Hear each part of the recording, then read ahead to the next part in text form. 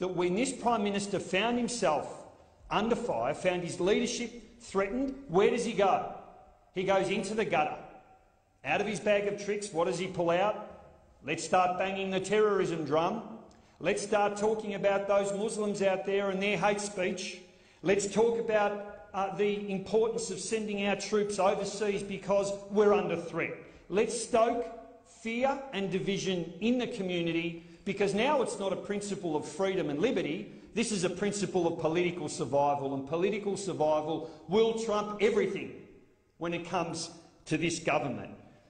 We had the disgraceful words of the Prime Minister, who in response to the really difficult issue of terrorism, one that everyone in this place is grappling with, what does he say? He sends a message out to the Islamic community calling them liars, saying that what they need to do is not just say that they're opposed to terrorism, but they really need to mean it, because the subtext is you don't, you support it, you're stoking it.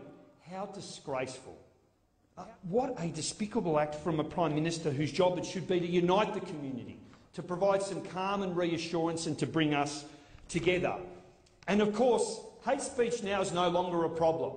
Ensuring that people have got the ability to express how they feel is no longer a core principle. What's more important is that we crack down on those people that we think are promoting this sort of activity. You know why? Because it's okay to be a bigot, but not if you're a Muslim. If you're a Muslim, we've got a different set of laws for you. We've got one set of laws for our mates at News Corp and the IPA, and we've got a different set of laws for those of you who find yourself the target of this government's policy. So principle is not expedient.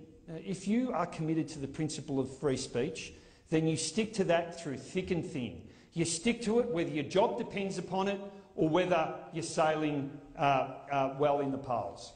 And this government's failed that test. It has demonstrated that when it comes to its own political survival, it will say or do anything, even if that means going against the very core beliefs that it argued in this place only a short time ago.